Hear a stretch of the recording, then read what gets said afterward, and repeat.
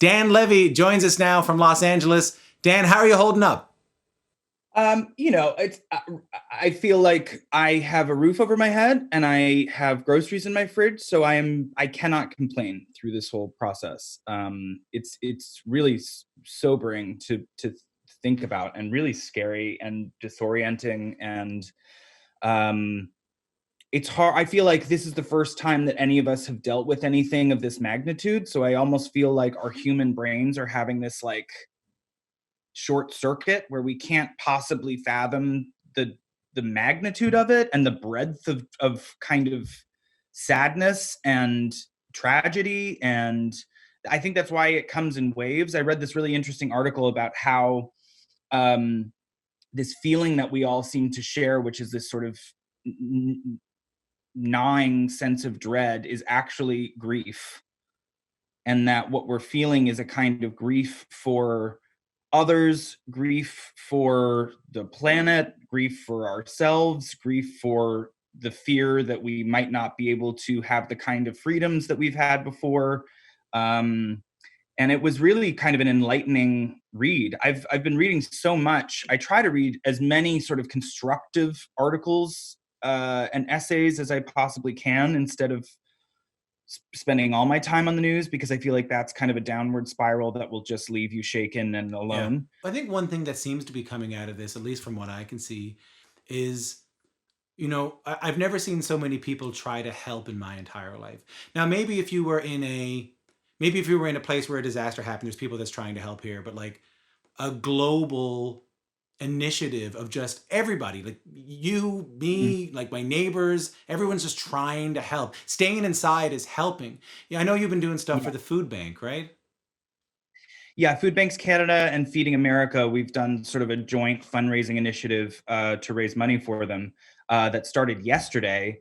Our goal was $100,000, and we're already at 56,000 after like less than 24 hours. So I was stunned by just the excitement and people's ability to give, and it's always quite moving to be in such strange and precarious times, and be reassured that there's a lot of goodness out there.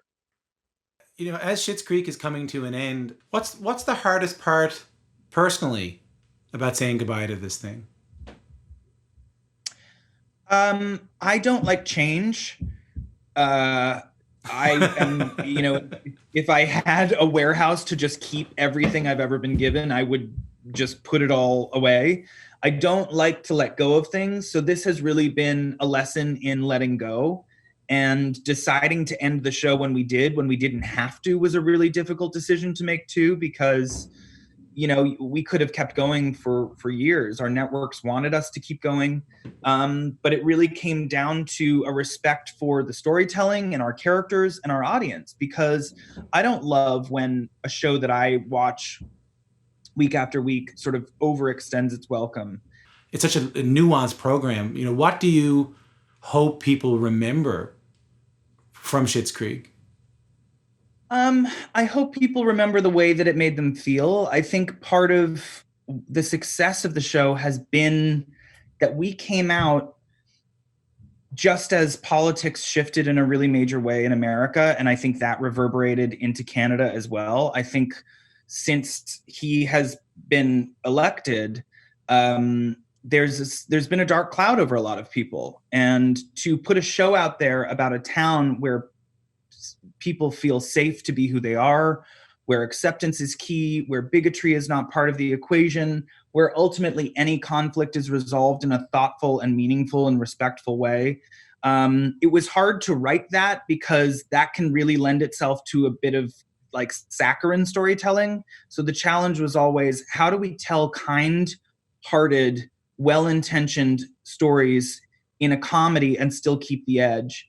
And a lot of that is a credit to the cast, and just how beautifully they've managed to balance the humor, being really skilled at the comedy, while at the same time being very delicate and cautious and thoughtful about their choices when it came to the more sentimental moments as well. And I think people have really been tuning into the show as an escape from their reality. And it's interesting that our last episode is airing in the height of a global pandemic where people are at home and scared, because I do feel like this last episode is just a warm hug. So, it's a wonderful thing. So Your heart's okay though, right? Your heart's feeling good about putting your baby to bed. yeah, my heart is full, and I think that's okay. I think it's nice to have an emotional kind of response to things. I think that's healthy. I think tears are a wonderful thing. It's a nice form of release, and I to be overwhelmed with pride and joy is a luxury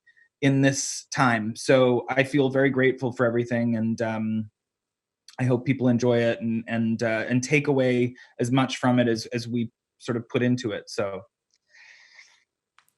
What are you looking forward to doing when we're able to get out again? seeing people, I think I think in a way it's really given me such a richer appreciation for my friends and my family and the time that we spend together. You think about even like 3 weeks ago, and how now I took for granted just giving someone a hug. It's bizarre. So I look forward to hugging my friends and my family, hopefully at some point soon. A simple pleasure. I know I saw a tweet that said, "Had I known it was going to be like this, I would have hugged him extra tight last time I saw him." Right? Let that be a lesson to all of us. Dan, congratulations on your show. It's I can't think of anything like it in Canada ever. So I hope you're very proud. I know you are, and congratulations on it. Thank you very much.